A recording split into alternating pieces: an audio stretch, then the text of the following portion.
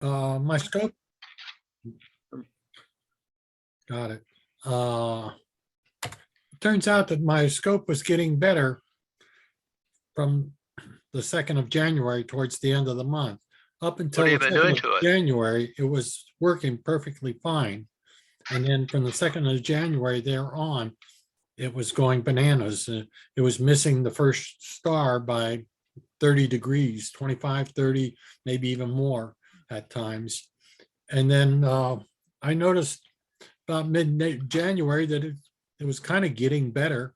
And now it seems to be working, although when I'm locating my first star, my mount may not be accurate enough, but it's getting like maybe 3 to 4 degrees off on the first star. And then after that, it seems to be working fairly well. Whose mount do you have? It's a Celestron CGX. Yeah, CGX-L. Okay. I have the Celestron CGX. I think we've had this discussion before. I have the Orion Atlas Pro. And there are times that when I start to get a line, it does nutso like you're talking about. Things are way off. And normally I can get a line within about 3 minutes of arc, but sometimes it's just a degree off. And so finally I reset it to factory settings. That's one of the menu items. And then I do a 3-star alignment and bingo, everything works just like it's supposed to. So I don't know what the Celestron mount have, if they have something like that, but I know Orion, I think they do, remembers a whole bunch of little nitty gritty stuff that, it helps it. Like I can do a pointing accuracy enhancement, PAE. So I go to a star and I get it on there and I go to that selection. I say, you're there. So it remembers that one, remembers that. And it remembers that for each of the 83 constellations of the sky, 85, whatever it is. And so, that changes if I've moved, if I'm not setting up in the same place as I was before, those little tweak factors all change and I have to get rid of them. And simple thing is reset to factory settings. Yeah, interesting. Well, for mine, I did a complete update of the system, a download of the update of the system. But I want to also point out that I've had the problem with daylight saving time and standard time. Yeah, I've read about that. Yeah. So that's a known problem, right? Well, it's gone away. After doing it several times, it basically went away. I would switch back and forth and yeah, it worked itself out. I don't understand how this is possible. It's too bad Art Harris isn't part of this discussion because he knows a lot about that, at least with Mead, and getting them to work properly.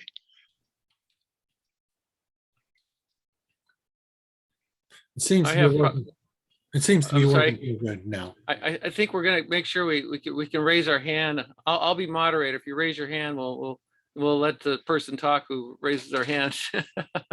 It's really not necessary probably with the 3 of us, but if more people come on, it helps to raise a hand.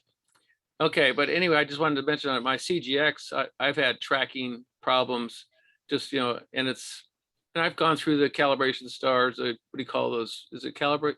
First, you have alignment stars and then calibration stars. And I've done everything that I could, and it just will slowly not track with the star or go too fast from the star. I can't remember which. I haven't tried auto guiding. That's what I got to start trying to set up with the auto guiding and get out there, but just have not had the time to get it going again. But there's a lot of problems with the CGX in the people talk about that the bearings get the belt drive. It pulls on the bearings and the little gear motors, and it causes them to get out of round and some other factors like that. And you really need to do a hyper tuning, evidently, with better bearings and just cleaning out the whole system and putting it back together. And one guy does that, and I was on his list to be done, but he's never contacted me again since he said, okay, you're on my list, but he's never come back to say that I'm ready to take your scope in and do a hyper tuning on it. I guess I can buy the kit from them and with the DVD or information how to do it, but I just don't really want to get into it. It's just a little fear of doing it and losing parts or something. But that supposedly the Celestron CGXs have had a problem with, at least the initial ones, for some accuracy because they have problems. But I'm just wondering, hopefully auto guiding might let me get away with even an inaccurate mount tracking, that it'll retrack. But I had problems trying to do that auto guiding when I used my old laptop. It would crash every time I tried to. A few minutes in, it would crash, and I'd never get around to being able to do auto guiding. So, but I have a newer laptop. I haven't tried it. Hey, Jerry. Hi. So we'll raise our hands when we want to talk, I guess. Try to keep things. I'm raising my hand. Bruce, go ahead. Bruce, I see Bruce. I'm not, all that familiar with the Celestron setup, guidance, whatnot, but do you north align your scope so the right ascension axis is pointing at the celestial North Pole Yes, to begin with, as the Yes. first thing you do? yes. And then there's also a function of polar alignment, and you find a star off the meridian somewhat, and you put that in the system, and then you manually move the mount declination and azimuth, I guess, to get in altitude and get that right on the star again. And that's another function besides doing alignment and calibration stars. That should be the first thing you do. Yes, If that, and at least in my mount, because again, I have an Orion and not a Celestron. If I don't get north aligned very well, and it has, a whole bunch of, it's got a clock face, and I got the little telescope that I look through, etc. If I don't get that right on, everything else is not good. But if I go back and say, okay, well, I didn't do that quite right, and I do it over again, and I adjust azimuth and elevation, then everything else falls in place. And if I get a good alignment, then when I tell it to go to something, it's in the middle of the eyepiece or very close to the middle. I don't have to move it around. But if I don't do that, things are way off, like Ed has. Like, it could be 15 degrees off. You say, what's going on here? Hey, Jerry. Hi. Can I make a comment? Sure. Get your hand up. I think this is relevant. You may already be considering it, but there are basically two types of mounts. There's mounts that need to make a sky model of what the sky looks like to them in real time. And there's mounts that don't need a sky model. They're so perfectly machined that you line up on the North Pole with a reticle, and you go to one star if you need to, and tell it that star, and then you're set. The Celestron ones have periodic error, and they have a number of other things that distort the sky from the ideal settings of the sky, and those are the ones that you need to make a sky model of. So it has its map with the distortions of your mount built into it. If your mount is perfectly machined, you don't need to do that. You can just go set it, point it at Polaris, point it at one star, tell it which it is, and it's done. So it sounds like he's doing it in a different order, but you have to get it perfectly aligned with the North Pole as your first thing you do. And so however you do it with your mount, it's different for some mounts than others.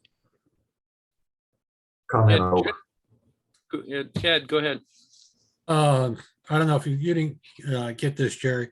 My mount was, I told you before, in beginning of January, it went bananas and I'd be off 25, 30 degrees. Yeah, I remember that. Yeah, well, it seemed to get better as the month went on.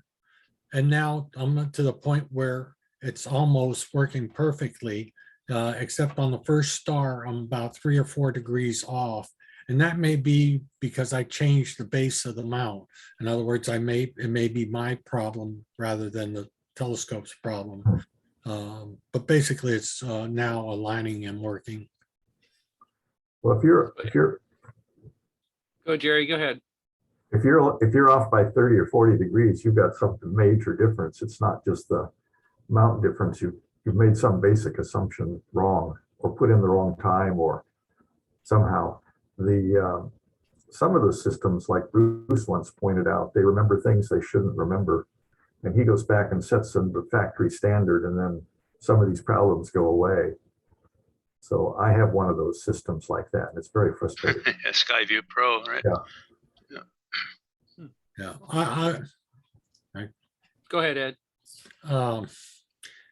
I don't understand what went on with mine. I did update the system afterwards, but it started to get better, I think, even before I updated it. It's kind of bizarre that it could be off 35 degrees, 30 degrees, and then get better on its own. It's also kind of bizarre that when I went to standard time and daylight saving time, that I switched back and forth and that it would get better and then work itself out. That doesn't make sense. It's not artificial intelligence, I'm sure. So Ed, did It's you say you, artificial stupidity. Yeah. so Ed, did you say you changed your mount somehow?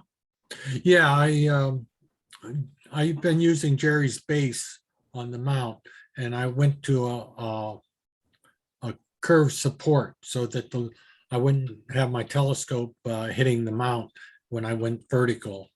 I used the same holes on the main tube, so I thought it would be pretty well aligned to the old position. But right now I'm consistently off the same amount roughly on the first star. I'm using the same star each time. So I kind of suspect that 3 or 4 degrees might be my problem rather than the telescope's problem. Well, I Okay. guess one thing I run into is if I'm on a different part of my driveway and I have a different declination, I need to reset to get to the north into the North Star area. That can throw me off, and that's where the polar alignment helps to bring that in. Go ahead, Bruce. Well, on mine, I bought a real a bubble mount or bubble, level at Home Depot. It's a spherical one, so it's two-dimensional, and that's stuck on the base of my scope underneath. It's actually on the spreader, and I endeavor to always make my mount level, and then then these things that you're talking about kind of go away because no matter where you are, I mean, within your driveway, for example, the declination setting should be the same if the mount base is level. If it isn't, then then it doesn't have to be level, because you can take care of that in your alignment, but it sure makes the alignment easier if it is level, because everything goes back to where it was before. Yeah, I do a level, so usually generally, but plumb level, but yeah, so that helps a lot probably. And then one thing I do is if it doesn't find the star, the first alignment star, I'll actually physically kind of move the mount tripod just a touch to help it out, and then go from there in alignment. Yeah, I always use a two-dimensional level for my mount also. Yeah, mine's just fastened. It's part of the spreader. It goes, it's stuck on there with sticky tape, double-sided tape. So go ahead, Ed. I have 3 levels that I put out on each leg to check mine, but now I got one of Jerry's legs on the mount and 2 of my legs on the mount, and they're all seem to be about the same settings. So I don't know if I'm got something. I'm not checking plumb vertically around the scope. I'm checking the level at the base, the 3 legs that go out. Hey, Ed, on my CGX, and you must have this too, there's actually a little level bubble built into it. And so that is really the first thing that we should get leveled out. That gets you somewhat close. So we do have I think you should have a level built into it, the little bubble level in the corner of the CGX, because I have that on the regular CGX. I don't know if I have that. I have something that you can look into the gearing when the gearings are running. I'll have to check that and see if there's a level in there. Maybe there is. It's just on the bottom of the base of the mount, little bubble level. Bruce? Yeah, mine also has that little level. It was built into the mount, but it's tiny. It's only maybe a half an inch in diameter. And it's really hard to see. The mount that I got at, and it has a green background. The mount that I got at Home Depot, which didn't cost much money, I think like $5, is a good inch in diameter, maybe larger, and it's got a white background, and it makes it really easy to see the bubble.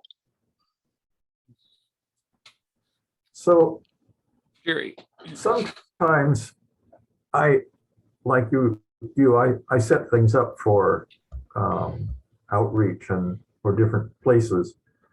And the scope I notice on the mount is very sensitive to being set up in a very specific way. And sometimes I'll get the scope in the saddle pointing the wrong way. And so never done that. when I do that, then I go to a star and it's pointing down at the ground instead of up at the star. So the wrong end of the scope is pointing to the sky. Now that would be a 180-degree error. And then, so that's, and I tracked that down just because the only 180-degree correction I could take is taking the scope out of the saddle and turning it around, and it worked. But you're off by 15 to 30 degrees. That's an hour of right ascension. Maybe you didn't use daylight savings time, or maybe you're in the 9th or 7th time zone, the 8th, when you did. Sounds suggested. Jerry, you were breaking up there. Okay. You know, I looked at this so many times trying to figure that out. Like, did I put the wrong day in? Did I put the wrong hour in? And I would get the same result. The first time that it did it, this was January 2nd, I was shooting a star in Cassiopeia, and it went and found the moon for me. The moon and Cassiopeia don't exactly cross, but it just doesn't make sense. Yeah, no, I agree. Sorry, I can't help you off the top of my head. I'd have to be sitting there and assemble the scope. One other thing, I did re-enter my coordinates here in Santa Barbara just to make sure that I had the right coordinates in there. Okay. One final comment. The other error that I frequently make is if I'm tired, I'll put in the local time based on a 12-hour clock instead of a 24-hour clock. Oh yeah. And also east or west longitude. I also, on my CGX, I have the GPS plug-in. So it's supposed to automatically find where you're at in the time. But I've noticed at some points the time is off from why is that? It should be the correct time, but it seems like it's off from local time. I can't remember how that worked. It seemed like one time, even though that was plugged in, I really didn't have the right time in the scope. It didn't read it correctly. So Ed, on your mount, the tripod, what mount tripod are you using that used one leg from Jerry's? What mount was Jerry's on? Is it Los Mondes or something that you have, a tripod or? It's when you build your own. Initially, I was using 3 legs from Jerry's bottom base that he gave me. And then those mounts were almost like 45 degrees to the legs stretching outward, so that if your scope went vertical, you were sure to hit the leg. So now I got some curved legs that I ordered, and I drilled them out and mounted them in place of the 2 of the legs that Jerry okay. That pedestal or pier was custom made by a lady up in San Luis Obispo, and she advertised it one year, and I bought it from her and I used it for a while, and then I got another pier, and so I had this extra one, and Ed needed one, so I gave it to him. It worked very well. Bruce, okay. The next mount, the bigger mount that Orion makes, I think it's called the Hercules, can support up to 110 pounds. And what they've done there is they have a very squat tripod, and then a pier that's probably, I don't know, a foot or so tall. So then the and then the mounts up on top of that. So there's nothing that the scope can hit, you know, because it's just this vertical pier. I thought that was a good idea. Yeah, that's the advantage of a pier, is that Yeah. you can swing free without hitting the legs. But Ed's scope is longer out of the saddle and it swings closer to the ground.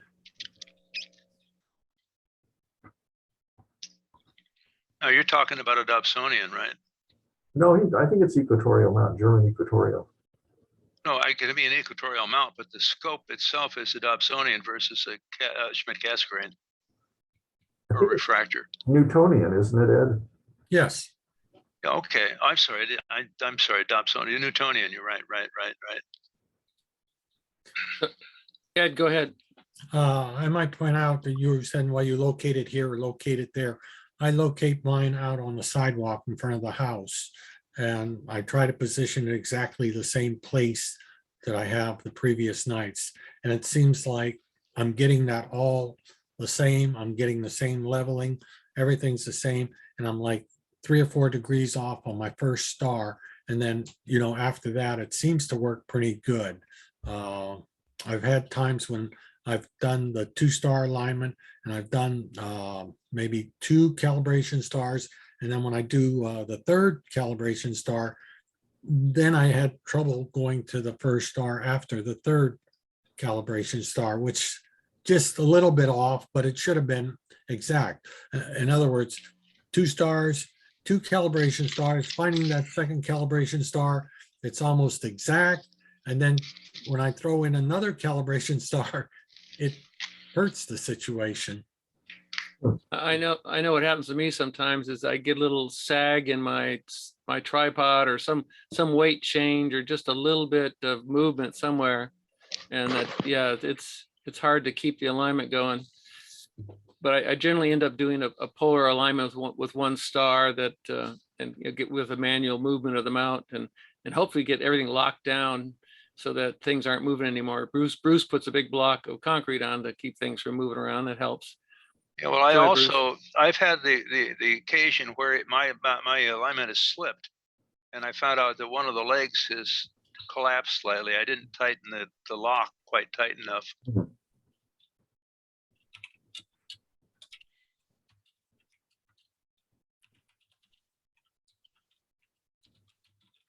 Jerry, you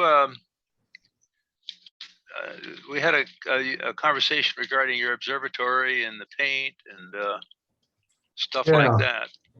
I have a bunch of notes here that I've made over and above what I put in the email that I sent you, what I sent to actually everybody, not everybody, but you know, a number of people. You might want to think about adjustable roof vents in your observatory to let the hot air out, so then it doesn't become an oven in the daytime. Well, this is going to be a roll-off roof observatory, so the walls won't seal to the roof. So no, but yeah. Well, right, but the during the day the roof is slid in, and you're going to have hot air inside. So all the walls heat, the floor heats. You got a lot of thermal mass in there that has got to radiate heat away after you've rolled the roof off. Yeah. So if you have some ventilation, some free air, you can probably lower the interior temperature during the day by 20 degrees because it's kind of a sealed up room. Yeah, I am going to do that with a fan at the end of the roof. Okay. One of the things that Charles and we were at the Home Depot the other day looking for things to make the extension for his scope to cut out the stray light, and they have this black weed control cloth which is cheap. And then I read on the cloudy nights thing that Tom had referenced in his email, and somebody else mentioned that weed control cloth too. And it seems to me that if you want, you could put the weed control. You could paint the walls on the inside, not exactly flat black, but kind of an off gray, so that you can see. But when you're ready to do astronomy, you roll down the black weed control cloth, and then you have black walls. Now that you're saying weed control as in WEED? Yeah, it's a cloth that you put on the ground Yeah. to control weeds. It doesn't let them grow through it, but it's Yeah. black. It's a got coarse black. herbicides. Well, I don't think it has herbicide on it. It's got Just a cloth, yeah. It's just a Okay. cloth, but it's a coarse weave, but it's black. Mhm. And I mean, you go look at it. It's over in the garden department. I will. How is he going to make that into a light shield? Oh, we're not. He's not. Oh, What he's going to use, we finally decided he wants to. You can get Tyvek panels. They're a foam panel thing, and if you heat that with a hot air gun, you can bend it, so you can make it into a circle, into a cylinder, and it's very light. And so we're going to try that. And again, you paint the inside black. yeah. What we're going to do, the thing that I've done is you spray the inside with flat back paint. Before the paint dries, you sprinkle sand and roll it all around and you get it into the paint. Yeah. And then you spray that again. So now you got a really rough flat black surface inside that really looks black. Mm-hmm. Yeah. So we'll see what happens. It's easy to do. It's easy to put on the front of his scope. You can do it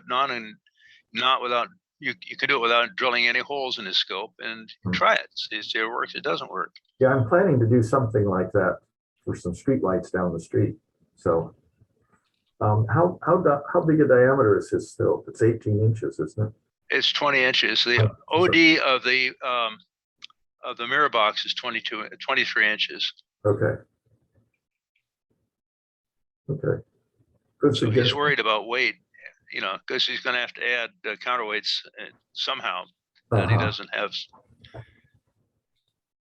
So this Tyvek panel you're talking about, is it the stucco wrap stuff or? No, the stucco wrap stuff, I got that in my house. It's kind of a crinkly sheet-like material. It's very flexible.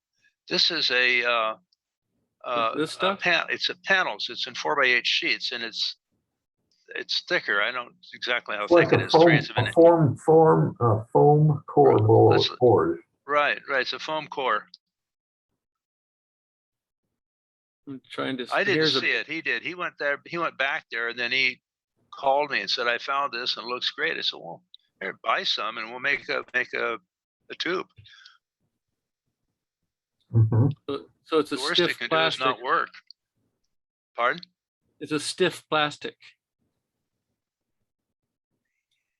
I see this Tyvek this fabric, but you're the talking about fabric is very soft, very flexible. That's what's on my house. That won't make a rigid cylinder. how thick is that? I know what you mean. I've seen that stuff. They also have it's cardboard. It's probably 1/16 of an inch thick. It's used for it's used for forming cement when you're gonna not have it, going around things.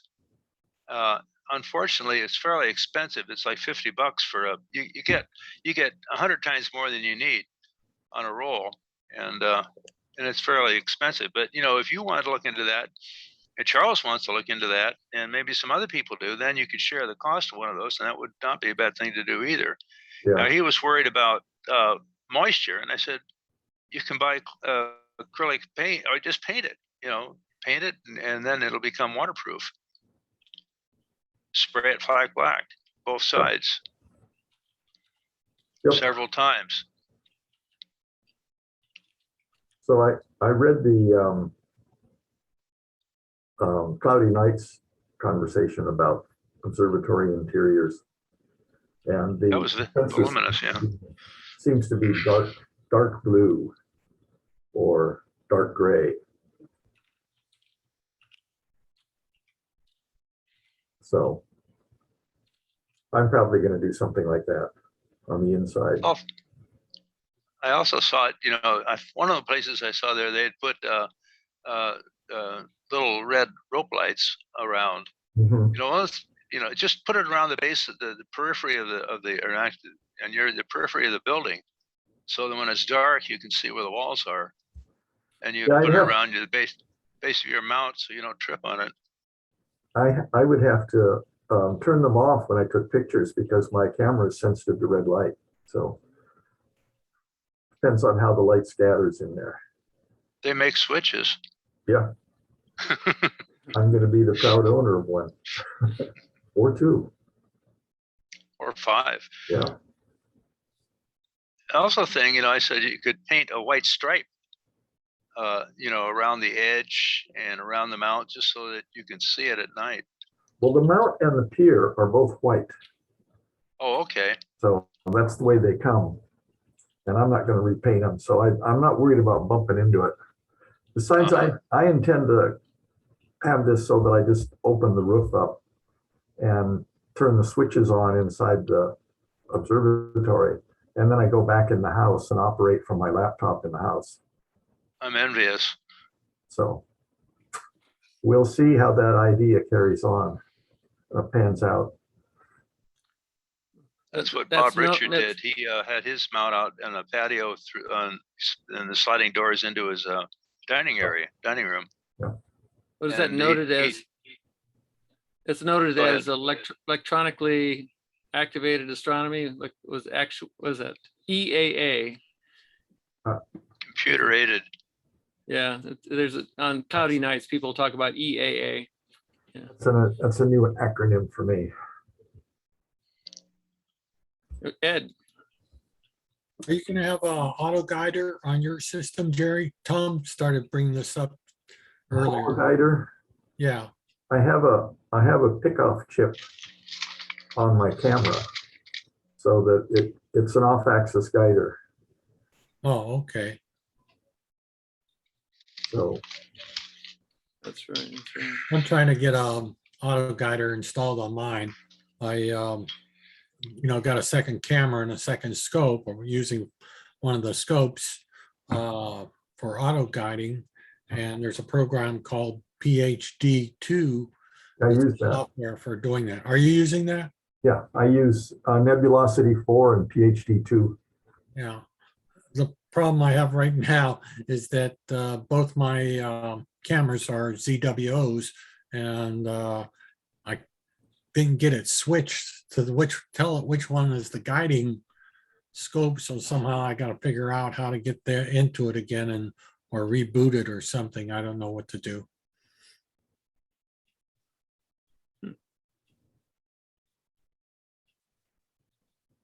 One other question. Go ahead. I was going to ask, is anybody trying to take a picture of the Rosetta Nebula just off of Orion? Yes, I've taken a number of pictures of it.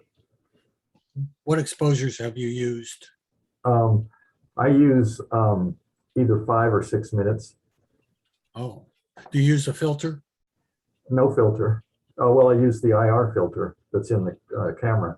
I've taken all those pictures, I believe, for that nebula were with a DSLR, a Canon camera. Okay.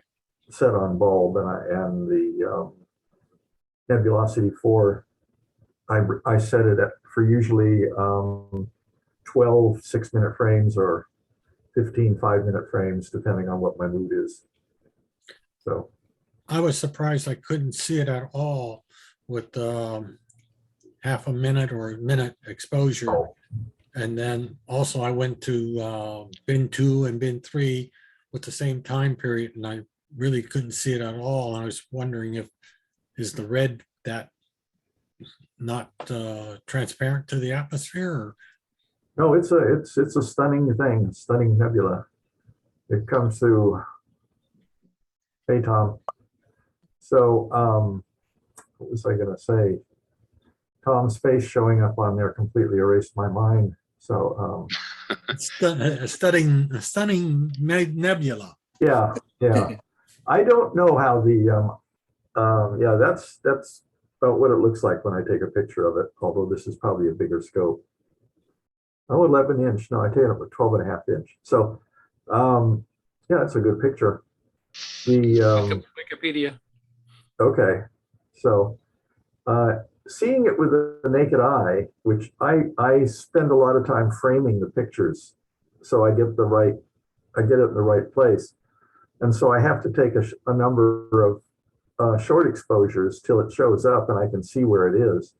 But what I do is I have observatory programs on my computer here. And if I want to take pictures of the rosette, for example, I make a picture of the rosette as it looks on the screen with the same type of scope that I'm using. There's a program that lets you do that. And so I make a couple of finder charts, a big finder chart. So if I'm off of it, I can know where to go to. And then a small finder chart that lets me frame things so that I don't have to see the nebula. Because a lot of what I take pictures of, I can't see at all, but I can see the stars. And so I can imagine where the thing is. And I line everything up and gets centered on the star pattern. And then I don't actually see the thing until it's really, the image is complete. Yeah. Yeah, I've seen you said the star pattern is very distinct. And Yeah. you can see like there's 3 stars in there. And one night I was to the left of it, and I can even see it in one of my viewfinders and just push it over a little bit to get on center. And then last night I was off to the right of it, and I just pushed it over back to be on center. And this again was after I had done 3-star alignment instead of just 2. You did just 2-star alignment, or that is 2-star alignment and 2 variable stars. I was right on. Calibration stars, yeah. Calibration stars.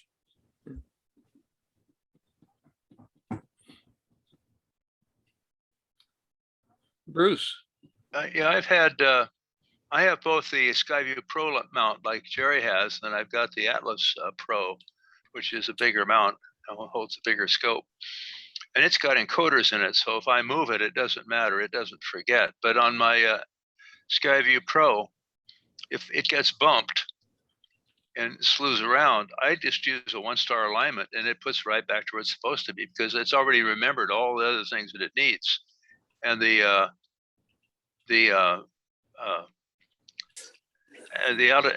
altitude and declination of the mount didn't change. It just the mount, the telescope got twisted on the mount because somebody bumped it.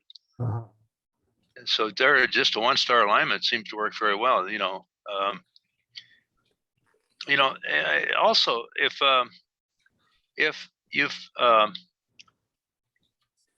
you're setting the telescope up in the same spot, and again, I don't know about Celestron, but like with Orion, it remembers all these little niggly things, like Jerry was saying. So if you come back to that spot, maybe a 1-star alignment ought to work right well, because nothing else has changed. That's why you have a home observatory that doesn't move. Just set it up on your pier and go.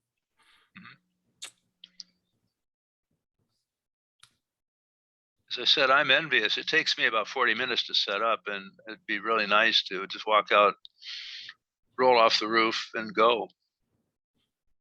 Well, don't you normally set up on your patio up on top quite often? Well, I used to before they put these damned LED streetlights in. They have just ruined the night sky here. That's why we go out of a way, up just away from the lights. We go East Camino Cielo, West Camino Cielo, that place near Refugio, the end of Farron Road. That's pretty nice. That's only about 15 miles away. We're at 730 feet elevation there. You just got to get away from the lights of Goleta. Bruce, let me ask you about Farron Road. How close to the gates at the end of Farron Road are you when you set up there? Almost there. If you drive on Farron Road, place we set up, if you keep driving, you go down a big swoop, go way down, then you come back up again, and there's the gates. So you're at the Does that top make sense? you're at the top before you swoop down. Right. There's a big open area. In fact, I went up there, I think it was on Saturday, I forget when. When it rained and people in their big 4-wheel drives ran through there and really cobbled up it made a lot of trip hazards. So I went up during the day with a pick and shovel and whatnot, and I did a lot of earth moving and filled in everything, and then drove over it with my car to squash it down. And In particular, they changed the phone pole that's up there, and they did a terrible job about backfilling. There was a hole that was like 1.5 feet deep right next to the phone pole. And in the dark, I stepped in that once. That's not a very pleasant thing to do. Ooh, no. And so I filled that in, and so now it's pretty good. Let me show you something. Oh, you got it. You got one there. Yeah. Yeah, that's it. That's the phone pole, but that's the old phone pole. Boy, there's not a lot of flat space there. Well, I set up just to the southeast of the phone pole. Okay. Southwest, I mean, what am I saying? Southwest, yeah. Yeah, there's a flat spot there, and then Charles generally sets up just about a little right where above the R in Fairview, Okay. Farron Road. That's another flat spot. Yeah, that could be a muddy spot there. Yeah. How do you get here? Hey, question here. Farron Road. This looks like it's at the top of the hill there. Doesn't look like you're anywhere near the gate. No, Well, the that- gate is photo. the another gate's a quarter little mile. farther up. Yeah, quarter mile away. Yeah. How do you get there? You go, you take the Winchester off ramp and keep heading west, like you're going to Rancho Embarcadero, and you just keep going until you come to a gate, big gate with a bunch of reflectors on it. And then you can turn right. You can only turn right, and that's Farron Road. And you turn right on Farron Road, and you start driving up the hill, and finally you get to where Tom found the picture on Google. Oh, wow. I've never heard of that. So Jerry, you A had lot of something people you wanted haven't to be show? like that. Yeah, let me share something. I bike that road all the time. I just don't get the connection there. Can you see this? Oh yeah. Yes. Yeah, this is a raw image with a Canon at ISO 800 and the single frame, but it's 300 seconds. So that's a 5-minute frame. Now it looks kind of funky because of an oddity of CCD stack, which we're looking at here. And it was taken with nebulosity. And even though you put into nebulosity, you put in what kind of camera you use. Like I had a Canon, I think this was a 20DS or something, a decade ago. And you put in there the camera, the software. Wait a minute, where's the header? Should be showing a header right now. Oh, it says my screen sharing is paused. The Zoom share. Okay. Anyway, if you open in Windows, if you open the file header, apparently it won't open while we're doing the screen sharing. But you see all the things that makes the TIFF so good. And under filter, it has nothing. So someone did not put into the software that a Canon is a Bayer filter. And unless Bayer is in that filter frame, this shows up this way. It'll show up in color if I put the word Bayer into the filter field in the CCD stack too. So that's why it doesn't look in color here, even though it was taken with essentially a one-shot color camera. What's the background crosshatch? That's a Bayer pattern, the real close-up hash. That is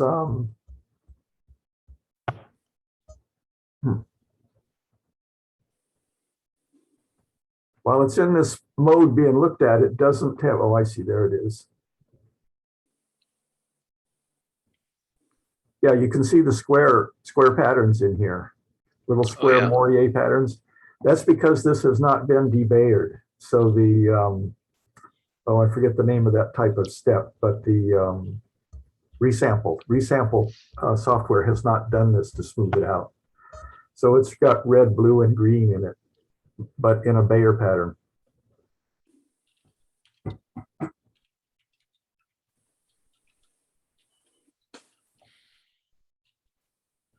Like I say, it's single frame. So anyway, that's the type of picture that I take for processing the image. So you can see that image in color though, right, Jerry? You have a different software that shows it in color, or? No, it's just software. I just have to go. Let me see if I can get this to work here. You didn't stop right at black and white. You went Oh further. no, this is no, this is. It should This be is a dark. TIFF image, right? So it's the Yeah. it's not been compressed. Okay. Let's now get back to a screen share. Yeah, now you see the screen with the, again, the pictures in the background, but you see up here under filter. See that the field right here is blank. Mm. So if I have to go in there, I can't do it on this frame, but I have to put in there. Yeah, I have to go through, there's somewhere, I forget how to get to that file header, full screen and edit. Oh, it's under edit settings. File setting large set. No, no. I have to go through, oh, it's in the other program.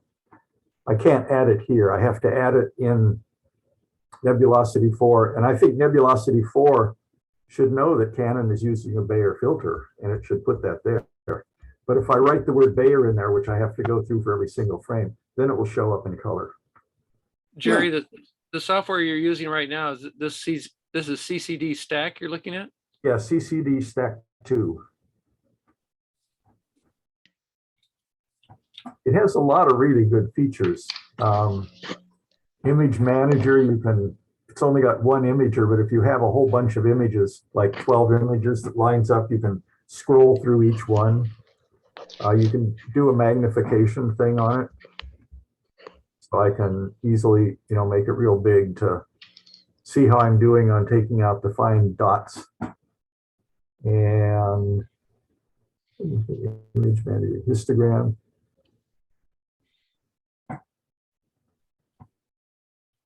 So I noticed it's Jerry. It says fits. So who puts it in fits mode? Where do you see the word fits? Up at the top of the header. The end of the line. The name of the file. File source Oh type. yeah, fits. Yeah, that's one of the. I use a. What is it called? Fits Liberator. There's a number of programs that will translate Canon RAW into fits. Nebulosity 4 does it. There's another one that I don't use anymore that does it. I sometimes use it for just that. And Fits Liberator does it. Fits Liberator used to be a free software download, but I forget whether it's still free or not. I haven't used it. I haven't downloaded it in a long time. But Fits is the handiest thing to use when I calibrate the frames and process them. So your camera, sorry, Jerry, your camera puts it out in TIFF and then it gets converted to fits. No, I have it all in Canon RAW. So when I take it, Canon has a RAW setting in this menu. And that way I know there's no compression or not really any intentional compression. Although the Canon does sneak its software in where they say they don't. They have things that make things look pleasing. It's tough to get around it. But doing it in RAW and fits seems to make that happen. So RAW goes to Nebulosity and Nebulosity puts out a fits file? I don't recall that exactly. Let me try and find the, let's see, where am I looking? You don't have Canon software that does that. Is that I don't correct? think Canon didn't used to do it. I don't know if they do it now. Because Nikon puts out this NEF file, Nikon Electronic, I don't know what it stands for, but it's their lossless 14-bit compression. But in the software they supply, it'll convert that into a TIFF file for you.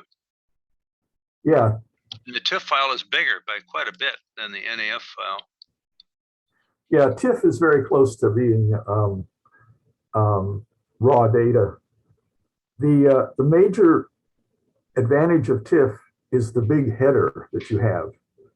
It's probably about 30 or 40 lines long with all sorts of fields that you can add and edit and keep track of. So let's see.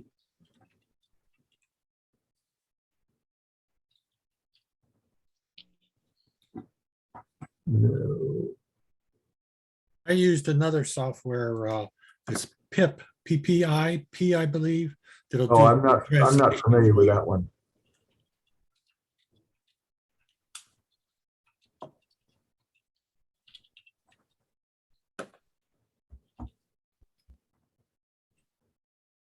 Are you seeing something that we don't see in your screen sharing here? Yeah, I think so. I'm trying to find something else to refresh my memory on how I got the TIFF file. Okay. FITS information is what like if you get information from a NASA or university telescope, they would give you data in FITS mode, right? Yes, it's the standard scientific technique. Yeah, here, can you see can you see the flow chart I've got up there? No, Let me No, I stop. don't. It's a gray screen. Okay. How about now? Yeah. Oh yeah, okay. Okay. So this is the Canon RAW image I take, and then it goes into nebulosity, and that's where I convert RAW to FITS in nebulosity. So this Canon is on the camera, but the camera is being controlled by nebulosity. how many bits are in that raw? Geez, That I 8 don't know. bits or 16 bits, 14 bits? Oh no, it's bigger than that. It's a 64-bit processor that processes it, but I don't know how many bits are in the image. The image is quite large. Well, it's whatever the A to D converter is in the camera, and they're either like 12 bits or Yeah. 14 bits or something like that. Yeah, you're right. This is from the 20D.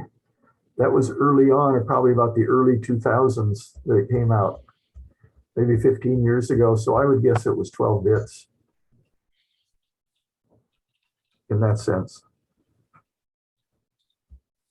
So this was a talk I gave after I learned how to process for the first time with Adam Block at the Mount Lemmon Observatory.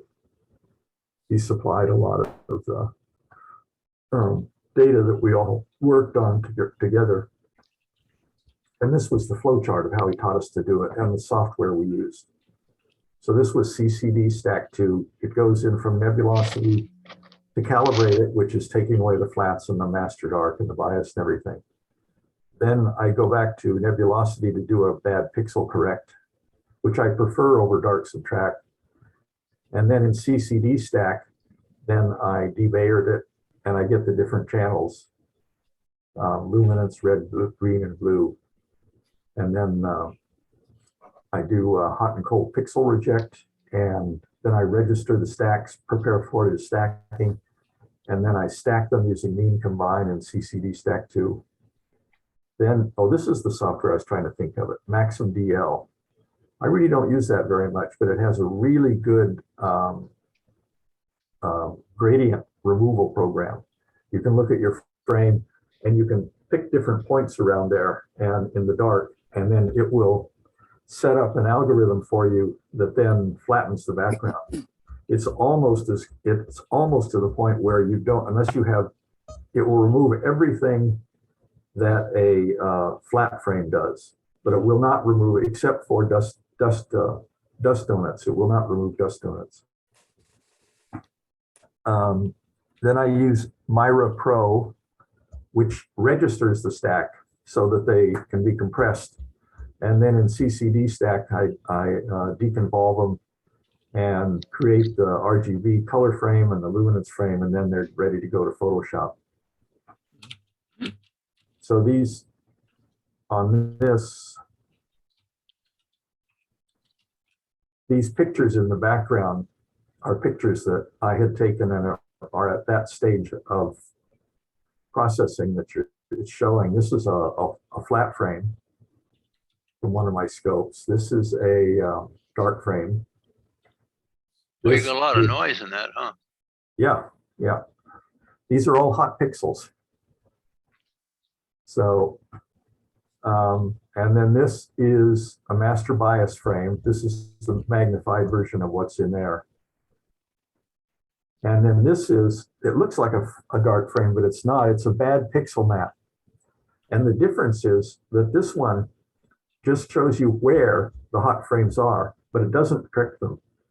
In the other one, in the dark frame, it not only identifies where the bad pixels are, the hot ones, but it also records how hot they are.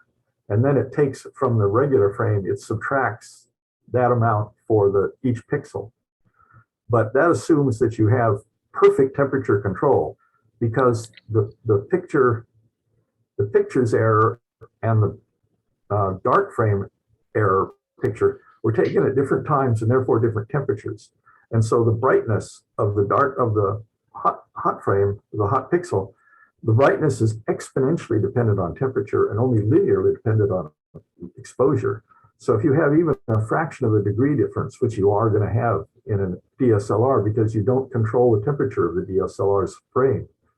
And so even though you try to take the dark frame at the same temperature, you can't match it because the camera heats up depending on how you're using it. So it's going to be at a different temperature. And this one with a dark frame, you're not subtracting anything. What you do is at each of these identified bad pixels, it will take the four nearest neighbors in X and Y, and it will average them to give the replacement for that one. And that's more effective and more accurate of getting rid of a hot pixel than it is to try and guess how hot it is in temperature with something you have no temperature control over. So I prefer using bad pixel maps. This is my Nikon has what they call long exposure noise reduction. Yeah. And you take a long exposure picture, then it immediately takes another picture with the shutter closed, Yeah. and then subtracts the two. That's a dark frame subtract. Okay. And the fact that you do it right between each, right after each other, is you probably get acceptably close to being at the same temperature. And so it's probably an effective way to do it. But with me, I don't like to take pictures at night with my equipment that aren't of the stars. So I take all my pictures of the image one night, and then the next night in the house at about the same temperature, okay. I take all my dark frames. So you don't get them very accurate. Now this shows, the reason I was looking for this is this shows the de-Bayer step in CCD stat. And this picture on the left is the Canon RAW converted to FITS, and it shows the Bayer filter pattern in it. So up in this star, you can see that there are pixels that are dark among the lighter ones. That's because this star is one color, like it's blue. And so where the pixel is recorded red, it's going to look like that part of the star is missing. And after you de-Bayer it, you break them up into the red, blue, and green and luminance. You see that the star now, this is the luminance frame, and you see this, it's been resampled. And so there's no missing pixels in the star now. Where this red pixel was missing from the blue frame, it has now figured what the blue frame or the blue pixel at that point would look like given the gradients of those things around it. And so it's made a single frame that's now full of all that color. And that's the de-Bayer step. And you see that this grid pattern that was there for the Bayer pattern filter, now that the Bayer has been removed, it's now just a random noise background. So that was the tweed pattern or something that you guys spotted in the other one, because it was still not de-Bayered. Jerry, what exactly is a Bayer? What does the term Bayer refer to? A Bayer filter? When you put a filter, say you're looking at the M57 Ring Nebula.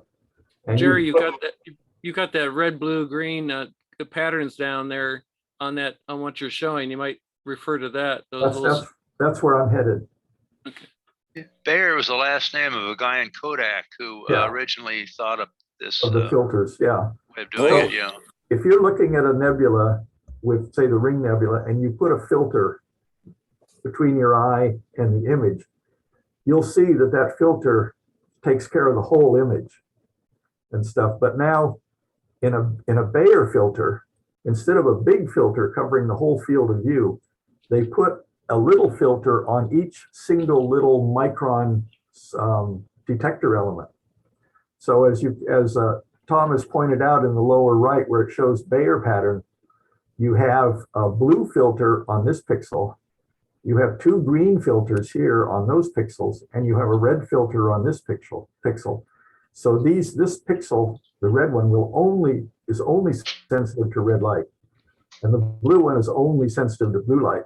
And so in all single shots color cameras, you're losing a 2x2, you're losing by ×4, you're losing resolution because of the missing element of the, for example, there's 2 greens missing from here. There's 3 blues missing from here. So your resampling program has got to make up for what blue would look like if it were there, what it would look like if it was here, and what it would look like if it's there. Now and the reason they have 2 greens is because the human eye is most sensitive to green. When you're trying to make a picture that looks like the human eye would see it, you need more green color than blue or red. So this one that's circled here, you have to figure this out by trial and error in my case. This is the pattern, and this starts from the top left corner of the frame, the 0, 0 position. And it's just like you read, the cells are numbered 0 to N, and then down from 0 to Y equals 0 to N, and X equals 0 to N. So this here is the top corner of the pixel of the sensing element, and it's red. And then all the rest of these follow that pattern. This is the pattern that Canon uses. Other cameras use these different patterns. You have to get the pattern right. And the way I did this was actually on a picture of the Rosette Nebula. I did debayering assuming this pattern, and it looked good, red. And I did one assuming this pattern, and the Rosette Nebula was a bright blue. And with both of these two, it was bright green. So by elimination, I knew this was the one that Canon uses. Jerry, is that considered 1 pixel or 4 pixels? This is 4 pixels, but if you're when you're going to make a pixel, when you're going for resolution, this has 1/4 the resolution. If this were a what is it, a mono camera, monochromatic chip, each one of these cells would be sensitive to all the spectrum. They pick up all the light. So it's like when you look through the telescope with a filter looking at the planetary nebula, the entire picture is that color. So if you take a picture with a mono camera, every pixel, all the pixels are red. You put a green filter on, all the pixels are green.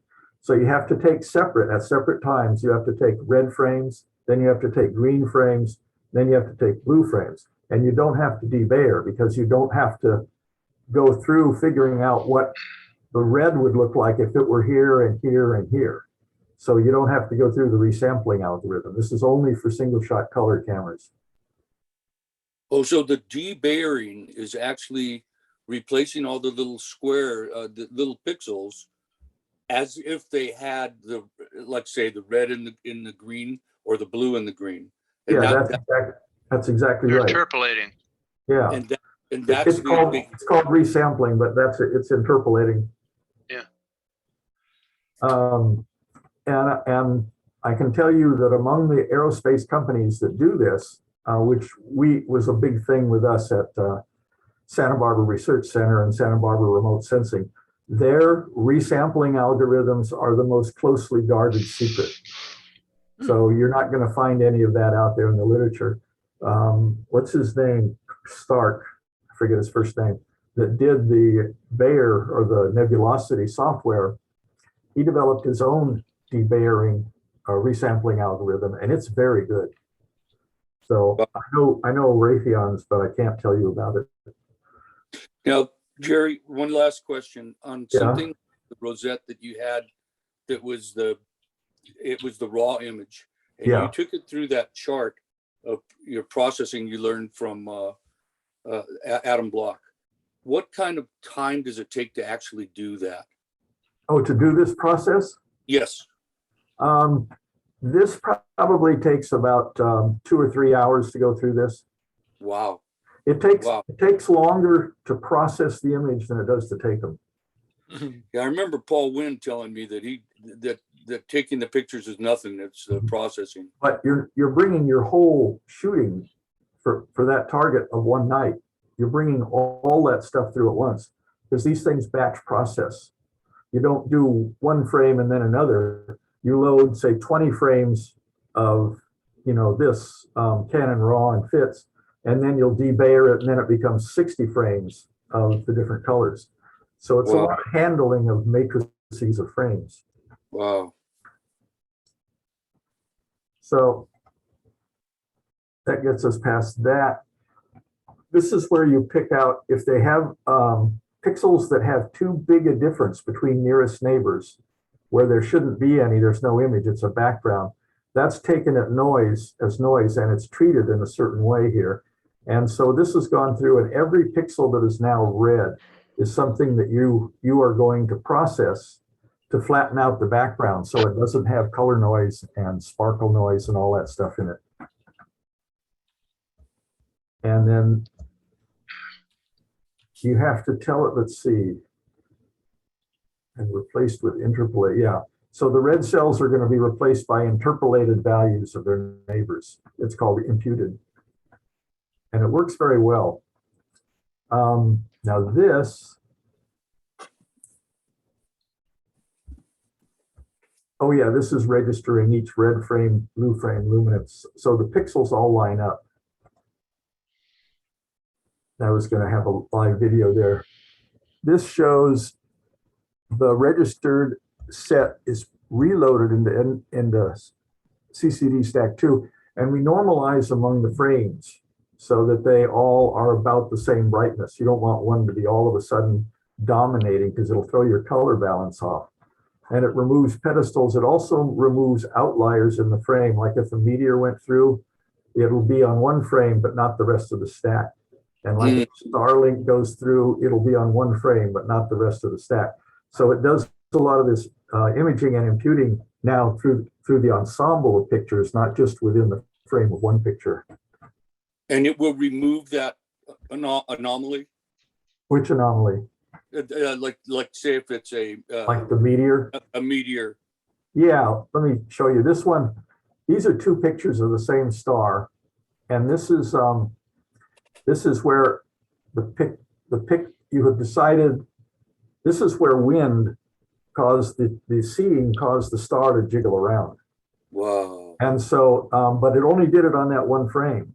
And so the rest of the frames looked like this. So when I stacked all the frames together, the thing that was common between all the frames, it averaged out the seeing and removed them, then it looked like this. This is after it's gone through all the stack. If there was a meteor through it, I think I have one of those too. Yeah, here's one with a meteor going through it. Oh, okay. And in the final one, it's gone. Well, that's not the same one, but it will take, see, it's shining, it's red. So when you do it in a stack, anything that's red like that will be eliminated. There was a full frame sensor that came out 10 years ago called Foveon, F-O-V-E-O-N, made by Sigma. And it was a 3-layer, it was emulating film.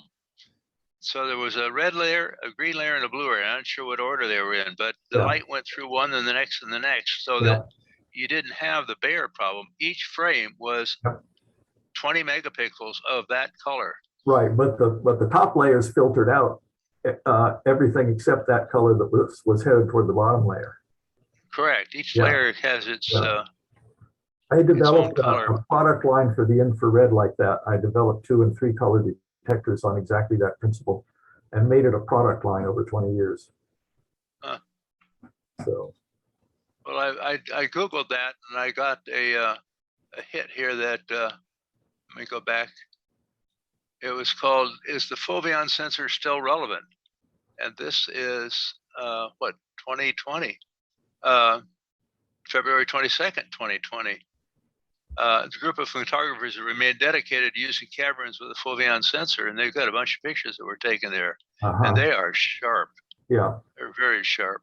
Now the Foveon stuff, I know that the 2 color and 3 color versions in the infrared that we make are extraordinarily expensive because of that layered, not only is the detector layered, but the circuitry that handles it is layered. Oh, wow. And so they are very, very expensive. But So I don't you know probably- about Foveon's expense. I have no idea either. Yeah. So you have a lot of fallout, a lot of sensors that don't make it all the way through the production process. There are, you have a certain, what do they call it, yield for each layer of the color. And so your yield will be 1/3 or 1/9 of the yield for, let's see, about 1/3 of the yield if you had a single layer. Because one layer might survive, but the pixel right below it is dead. And then you have 2 that were taken out. This shows the stacking process. Here's a single 5-minute subframe, and here's the mean combine of 12 5-minute subframes. So the resolution improves and the contrast improves. And deconvolution, yeah, this is cool. This shows the effect of deconvolution. This is the finished process with this telescope. To this point, it's the luminance. And you see now it's sharper by doing 50 iterations on a deconvolution algorithm. So there's pre-deconvolution and there's post-deconvolution. You can see there's a double star right here. And it's elongated here, but you can kind of get the hint that there's 2 stars there after deconvolution. Which galaxy is that, Jerry? M82, Bode's galaxy. This is M101. Oh, that's right. I'm putting now, I was working on the luminance. Now I'm working on the color channel, the RGB, going through similar steps, getting the green out. This is my cat at the time. He always comes up here when I'm processing. So, and this is what M51 looks like as a 16-bit TIFF, ready to go into Photoshop, but it's very dark. So, but you have to then bring the curves up, do the linear stretch and then the curve stretch to get it to be visible as an image. So that's most of my talk anyway. Yeah, very good. I don't know if I stopped sharing, everything has disappeared. So sometimes you would take, if as a newbie, you might take a picture and it would be black like that and you'd be going, oh, it didn't work until you learn how to use the pictures that we're taking are just fine shades of black almost. Even the nebula and stuff, cameras were made to take pictures out at in the daytime at 125th of a second at f11 and show it normal contrast. We're way below that. Everything we're taking is dark. It all has to be brought up. You don't have to use any of these enhancement techniques or noise reduction to get the image out with a regular camera taking pictures of your kids' birthday parties, because the signal dominates everything. Here, the signal is down on the same scale as all the noise and crap at the bottom of the pond. Wow. So the software that was created to do all this work is pretty sophisticated, and it would be, I would say it's utilizing all those different pictures. You're going right down to pixel level. Yeah. That's amazing, Jerry. That's amazing. Tim, they have that Horizon camera by ATIC, I think it is. What is that? Let's see. I've heard of that. ATIK, and that one does stacking inside that camera that you put on your telescope. And that's what Bob Richard has, camera like that. And he gets now there's a danger to that. That is, when you have it stacking in the camera, you need to register the different images. If you take the images one right after another, it's going to stack everything. It's going to stack the stars and the stuff you see outside. It's going to stack the light non-uniformity that the flat frame would capture, and it's going to stack all the hot pixels. So everything's going to get really hot. SBIG came out with that feature on a camera of theirs in the late 90s. And after about 3 or 4 frames of stacking, the thing just blew up into pure noise. So what you have to do in these stackings to get the stuff to work well like that is you have to dither between frames. And a camera that does automatic stacking and subtraction in there, it doesn't dither. Of course, to do the subtraction, you don't need to dither, but to do frame stacking, you need to have just the picture that you want registered. You need to have all the other stuff average out because it moves around. Yeah, the image I saw from Bob Richard didn't look that great on using Horizon camera. Yeah, Bob's doing very good work with how he's approaching it. He's given a couple talks which were excellent talks, and he's got some really excellent pictures. But one time at the end of his talk, he said, "This is so interesting because you never know what you're going to get. Sometimes the results are just beautiful, and other times it's just blah and stuff." So, but if you go through the steps that I pointed out, you can save any picture. You can get anyone to work out. Because what Bob does, he uses automatic software that makes all the choices for you. And what I do, and Adam Block taught me to do, is I do it all manually. So I make the choices of what looks good and how to figure it out and how to get it out. And if with that, you might have to go back several times, but you can undo every bad thing.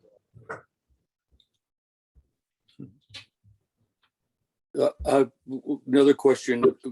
You mentioned that if your camera, if you're not controlling your temperature very carefully, then you're going to have hot pixels and another hot pixels over here that are going to be completely different. Well, what happens when you have different temperatures and you combine everything? What happens to those images? Chaos.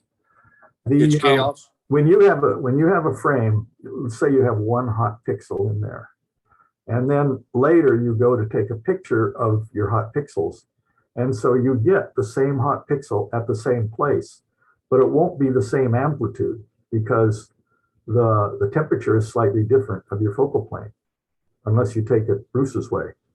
So when you go to subtract it, you might under subtract it or you might over subtract it. And so and when you over subtract it, it redefines a new black. And so all of a sudden the black frames in there, now they all look like hot pixels. They come up in the background and it looks like your background is gray with really black dots in it. And if it's really gray with white dots in it, that means you under subtracted it because the temperature was slightly cooler than when you took the picture.